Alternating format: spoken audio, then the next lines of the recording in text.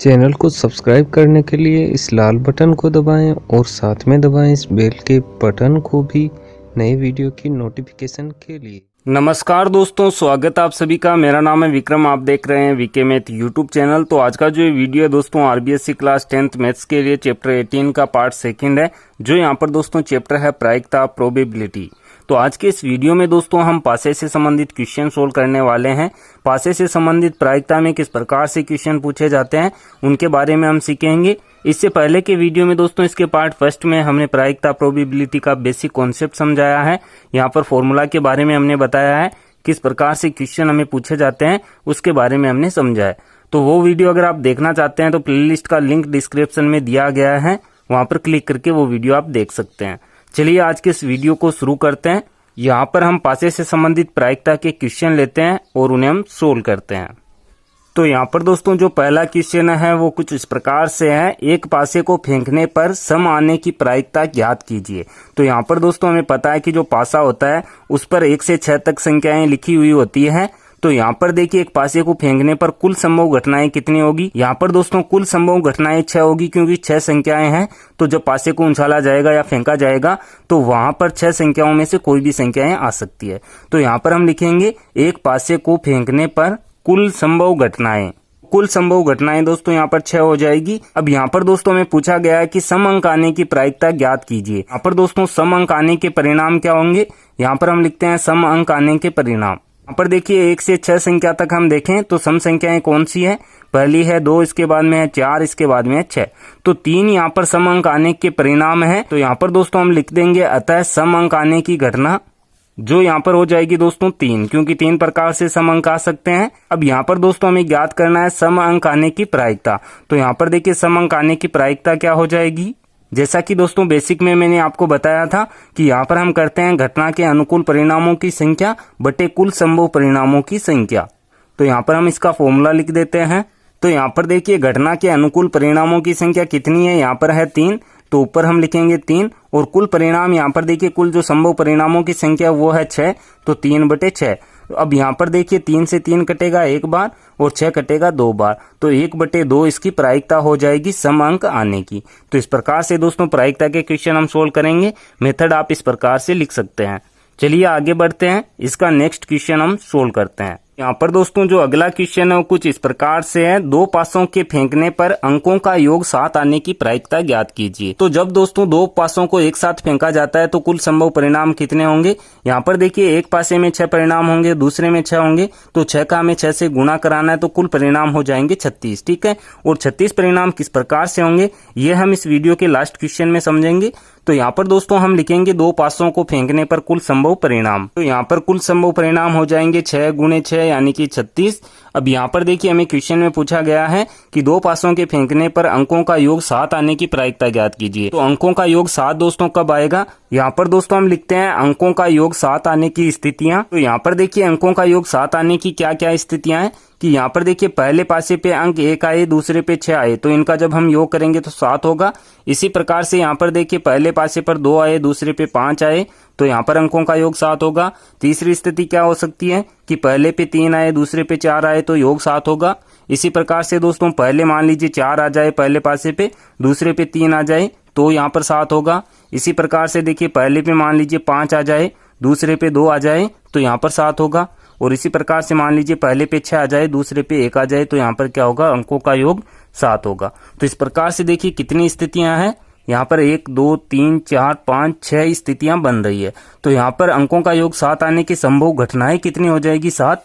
तो यहाँ पर हम लिख देंगे अंकों का योग 7 आने की संभव घटनाएं। तो यहाँ पर संभव घटनाएं 6 है। अब यहाँ पर दोस्तों हम प्रायिकता ज्ञात कर सकते हैं। प्रायिकता में हम क्या करते हैं, यहाँ पर दोस्तों हम लिखते हैं घटना के अनुकूल परिणामों की संख्या बटे कुल संभव परिणामों की संख्या।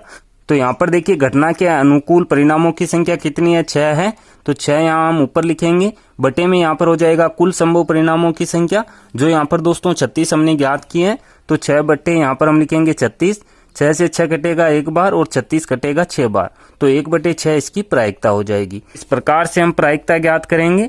चलिए आगे बढ़ते हैं, इसका एक क्वेश्चन हम और सोल्व करते हैं। तो यहाँ पर दोस्तों जो अगला क्वेश्चन है वो कुछ इस प्रकार से है, एक पासे को फेंकने पर 4 से बड़ा अंक आने की प्रायिकता ज्ञात कीजिए। तो यहाँ पर देखिए जब एक पासे को फेंका जाता है तो संभव परिणाम क्या होंगे, यहाँ पर हम लिखते हैं एक पासे को फेंकने पर संभव परिणाम। तो यहाँ पर दोस्तों संभव परिणाम होंगे 1 से 6 तक, जो यहाँ पर इस प्रकार से होंगे 1, 2, 3, 4, 5 और 6। तो यहाँ पर दोस्तों कुल संभव परिणाम हो गए 6। अब यहाँ पर देखिए 4 से बड़ा अंक आने के अनुकूल परिणाम क्या है, यहाँ पर हम लिखते हैं 4 से बड़ा अंक आने के अनुकूल परिणाम। तो यहाँ पर दोस्तों इन संख्याओं में देखिए 4 से बड़े अंक 5 और 6 है, तो यहाँ पर हो सकते हैं 5 और 6, यानी कि 4 से बड़ा अंक आने के अनुकूल परिणाम 2 होंगे। अब यहाँ पर देखिए 4 से बड़ा अंक आने के अनुकूल परिणामों की संख्या हमने ज्ञात कर ली। तो अब यहाँ पर दोस्तों हम प्रायिकता ज्ञात कर सकते हैं। तो प्रायिकता देखिए किस प्रकार से हम ज्ञात करेंगे। प्रायिकता के लिए दोस्तों हम क्या करते हैं, अनुकूल परिणामों की संख्या बटे संभावित परिणामों की संख्या। तो अनुकूल परिणाम यहाँ पर है 2 और कुल संभावित परिणाम है 6, तो 2/6।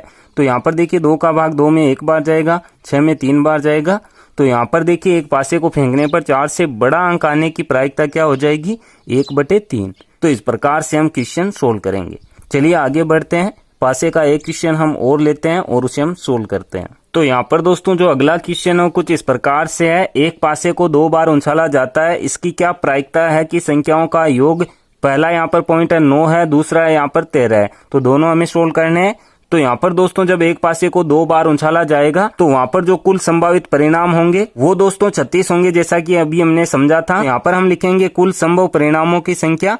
तो परिणाम यहाँ पर हो जाएंगे दोस्तों 6 × 6 = 36। और यहाँ पर देखिए परिणाम किस प्रकार से होंगे, जैसा कि मैंने आपको बताया कि लास्ट क्वेश्चन में हम यहाँ पर परिणाम भी देखेंगे कि किस प्रकार से आएंगे। तो यहाँ पर दोस्तों मैं सबसे पहले परिणाम आपको लिख के बताता हूँ कि किस प्रकार से आएंगे।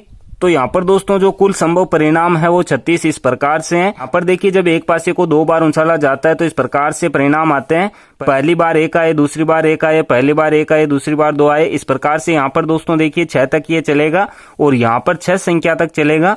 तो 6 × 6 कितने हो जाएंगे, 36 परिणाम।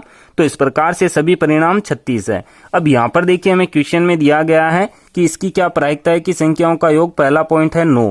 तो यहाँ पर हम पहला पॉइंट सोल्व करते हैं कि यहाँ पर दोस्तों हमें ये देखना होगा कि 2 संख्याओं का योग 9 आने की अनुकूल परिणाम कितने हैं। तो यहाँ पर दोस्तों जो परिणाम है इनमें से हम देखेंगे कि कौन से ग्रुप में यहाँ पर योग 9 हो रहा है संख्याओं का। तो यहाँ पर पहले हम लिख देते हैं 2 संख्याओं का योग 9 आने के अनुकूल परिणाम। तो यहाँ पर देखिए हम इसके अनुकूल परिणाम देखते हैं। तो यहाँ पर दोस्तों देखिए सबसे पहले है 3 और 6, तो यहाँ पर हम लिख देते हैं 3, 6। इसके बाद में यहाँ पर हम आगे बढ़ते हैं। तो यहाँ पर है दोस्तों 4, 5, तो यहाँ पर हम लिख देते हैं 4 और 5। इसके बाद में यहाँ पर देखिए आगे हम बढ़ते हैं तो यहाँ पर 5 और 4, तो यहाँ पर हम लिख देते हैं 5 और 4। इसके बाद में यहाँ पर हम देखें तो है 6 और 3, तो यहाँ पर हम लिख देते हैं 6 और 3। ठीक है, तो इस प्रकार दोस्तों अनुकूल परिणामों की कुल संख्या यहाँ पर 4 है। तो यहाँ पर हम प्रायिकता ज्ञात कर सकते हैं, इसे मैं यहाँ पर लिख रहा हूँ। तो यहाँ पर देखिए अभिष्ट प्रायिकता क्या हो जाएगी। प्रायिकता के लिए दोस्तों हम करते हैं अनुकूल परिणामों की संख्या बटे संभावित परिणामों की संख्या। तो अनुकूल परिणाम आए हैं 4, तो 4 बटे कुल परिणाम हो जाएंगे 36। तो 4 का भाग 4 में 1 बार जाएगा, 36 में 9 बार जाएगा। तो यहाँ पर दोस्तों 2 संख्याओं का योग 9 आने की प्रायिकता हो जाएगी 1/9।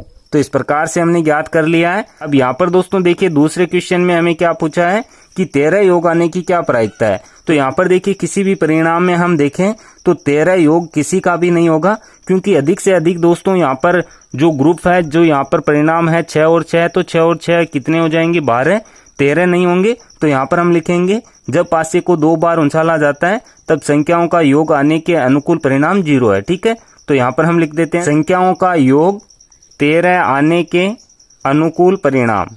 जो यहाँ पर है दोस्तों 0, 0, तो यहाँ पर प्रायिकता भी क्या हो जाएगी, 0 हो जाएगी। तो इस प्रकार से दोस्तों पासे के क्वेश्चन हम आसानी से सोल्व कर सकते हैं। तो आज के इस वीडियो में दोस्तों पासे के क्वेश्चन हमने सोल्व किए हैं। आगे आने वाले वीडियो में हम सिक्के से संबंधित, तार से संबंधित, जन्मदिन से संबंधित, लीप वर्ष के भी क्वेश्चन सोल्व करेंगे। तो ये वीडियो आपको कैसा लगा कमेंट करके मुझे जरूर बताएं। अगर वीडियो पसंद आए तो वीडियो को लाइक और शेयर जरूर करें। ऐसे ही वीडियो देखने के लिए आप इस चैनल को सब्सक्राइब कर सकते हैं। सब्सक्राइब करने के बाद में बेल के आइकन को जरूर प्रेस करें ताकि आगे आने वाले वीडियो के नोटिफिकेशन आपको मिलते रहें। मैं मिलता हूँ आपसे इसी की नेक्स्ट वीडियो में। तब तक के लिए जय हिंद, जय भारत, वंदे मातरम।